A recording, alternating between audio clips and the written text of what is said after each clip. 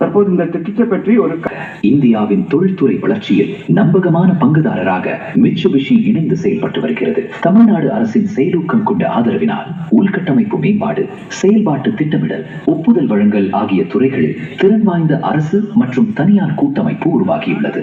இன்று வரலாற்றில் ஒரு பொன்னாள்.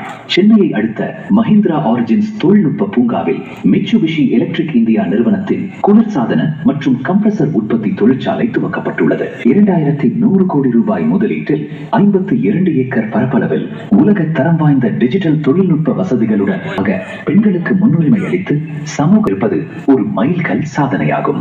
2030ஆம் ஆண்டில் தமிழ்நாட்டை ஒரு $1 டிரில்லியன் பொருளாதாரமாக உருவாக்க வேண்டும் என்ற மாண்புமிகு தமிழ்நாடு முதலமைச்சரின் கனவிற்கு அரசு தனியார் கூட்டமைப்பாக மிட்சுபிஷி